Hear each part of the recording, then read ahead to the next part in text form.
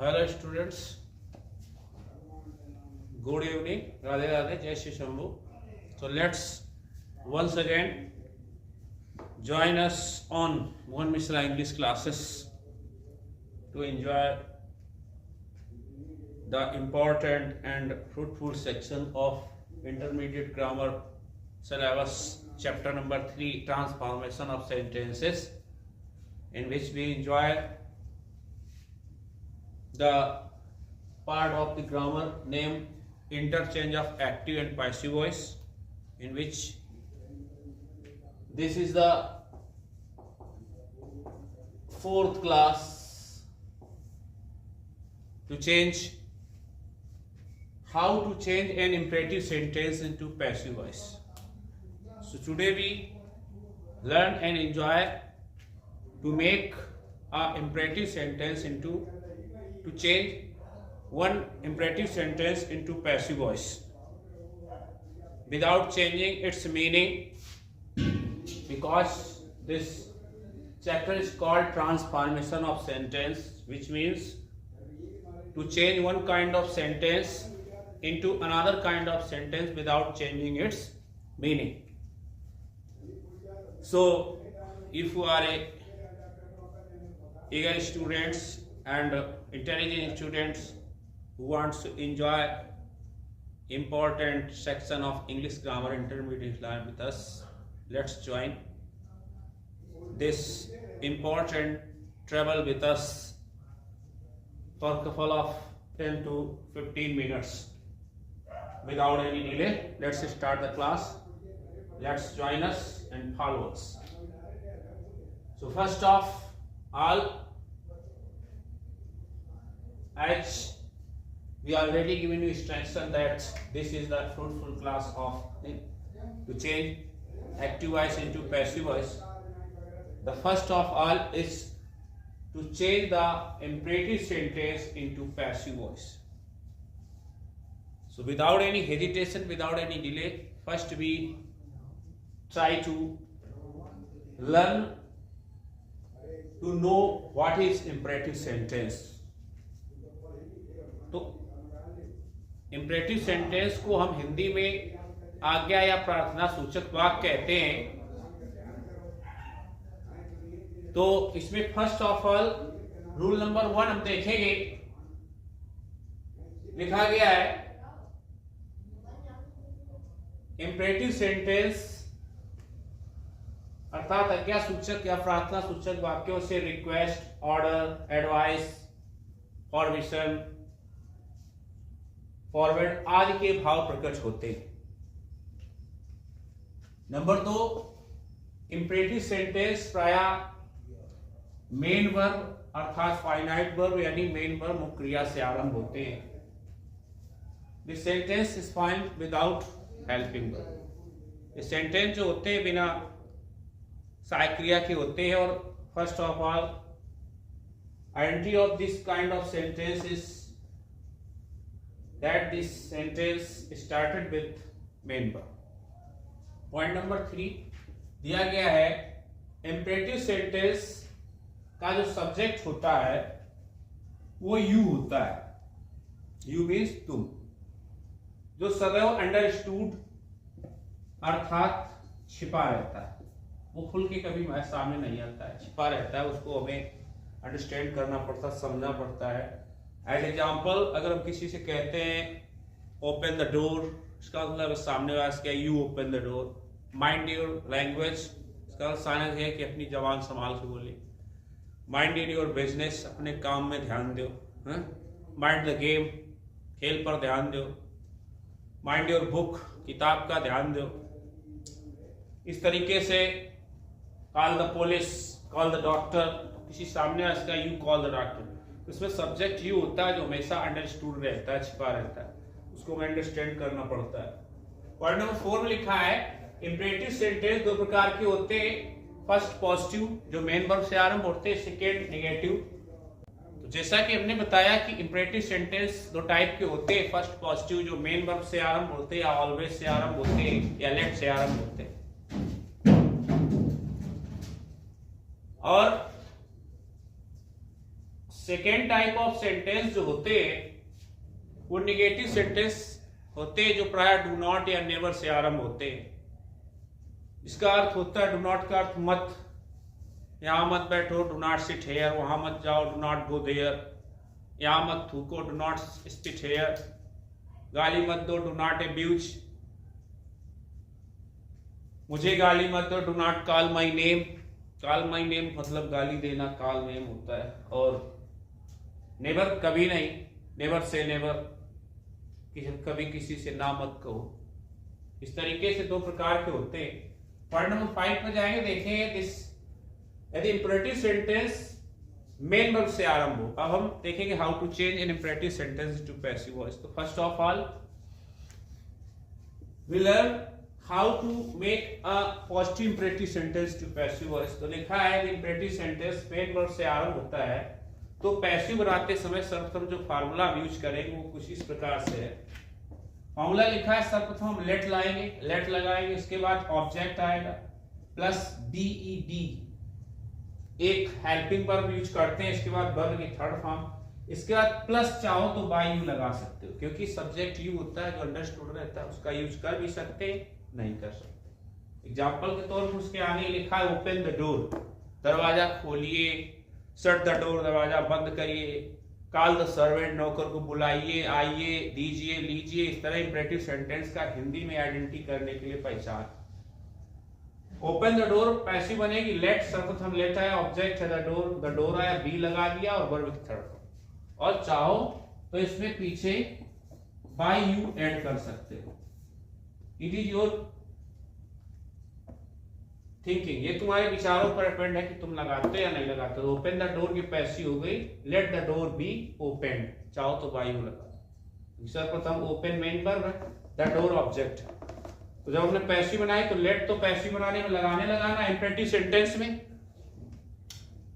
और इसके साथ साथ हमें ऑब्जेक्ट लगा, ऑब्जेक्ट क्या है द डोर, हमने द डोर ऑब्जेक्ट लगा दिया। इसके बाद वर्ब की थर्ड फॉर्म बी, हमने हेल्पिंग वर्ब यूज की और वर्ब की थर्ड फॉर्म लगा दी। अब देखते हैं 6 नंबर एग्जांपल, नियम नंबर 6 को देखेंगे। लिखा है यदि इंपरेटिव सेंटेंस निगेटिव हो अर्थात डू नॉट से आरंभ हो, जिसका हिंदी में अर्थ होता है मत, वहां मत जाओ, यहां मत देखो, उधर मत देखो, डू नॉट से शुरू हो, तो पैसिव बनाते समय डू नॉट हटाकर आगे से डू नॉट का रिप्लेस किया जाएगा, और जहां बी लगाते हैं पैसिव में, इस नियम में जहां हमने ये बी लगाया है वहां पर नॉट बी का यूज करते हैं।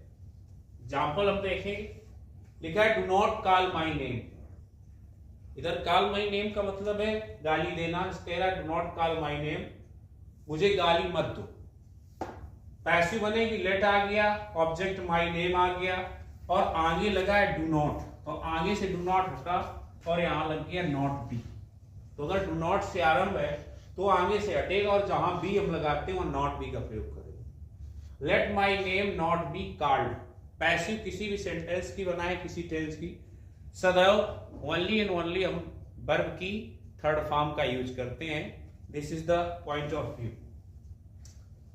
इसको अदर दूसरे रूल से हम शुड का प्रयोग करके भी बना सकते हैं, शुड बी का। इसी को चाहो तो my name, let my name not be called, चाहो तो बाय यू लगा सकते हो, अथवा इसको बना सकते हैं my name should not be called, चाहो तो बाय यू लगा दो। शुड बी का लेट वाली पैसिव जो है हम एक इंपरेटिव सेंटेंस की पैसिव हम 3 तरीके से बना सकते हैं, लेट से शुरू होकर शुड बी का प्रयोग करके, और आगे यू आर रिक्वेस्टेड या यू आर एडवाइस का प्रयोग करके।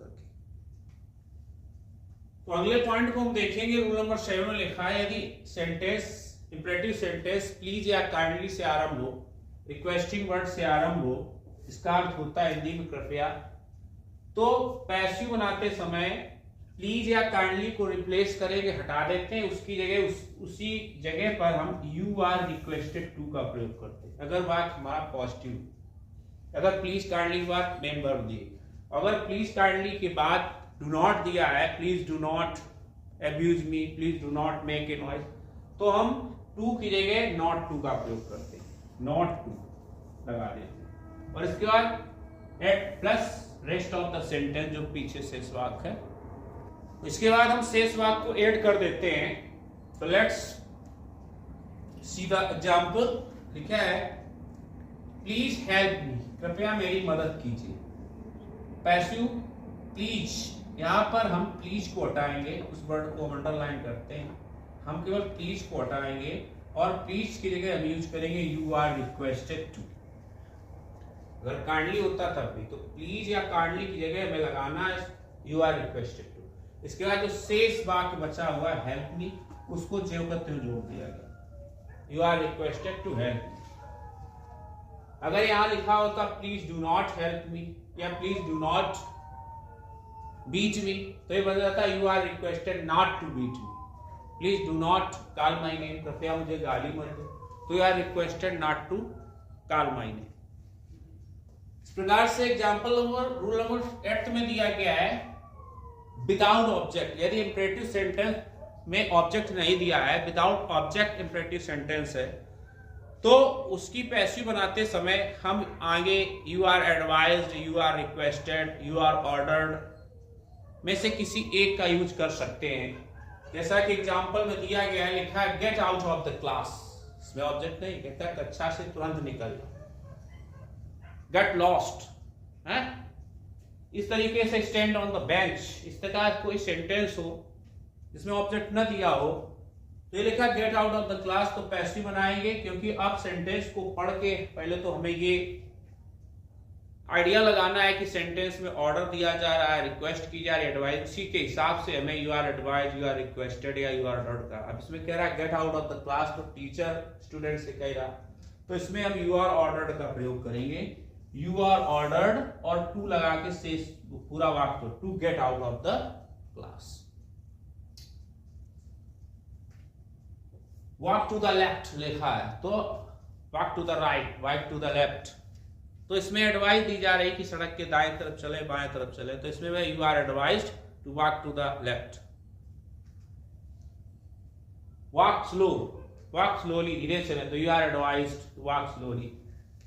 आगे लिखा है यदि एक्टिव वॉइस का सेंटेंस लेट से आरंभ हो, ऑलरेडी एक्टिव वॉइस के वाक्य में ही लेट दिया, जैसे let me go, let us play, let me read my book, तो पैसिव बनाते समय लेट का ही प्रयोग होगा। और जो लेट के साथ ऐसे वाक्य अस दिया है वो बाई के साथ, लेट मी लिखा है तो बाई मी पीछे हो जाएगा, लेट दे देम लिखा है तो बाई के बाद लेट देम चला जाएगा। एग्जाम्पल के रूप में देखेंगे, एग्जाम्पल लिखा है लेट अस प्ले क्रिकेट, आओ क्रिकेट खेले, तो पैसिव बनेगी लेट, ऑब्जेक्ट है क्रिकेट, बी प्लेड, और जो लेट के साथ अस था वो पीछे चला गया by us, let cricket be played by us. इसको हम cricket should be played by us इस तरीके से बना सकते हैं। तो इंपरेटिव सेंटेंस, एक प्रकार के इंपरेटिव सेंटेंस के हम तीन तरीके से पैसिव बना सकते हैं।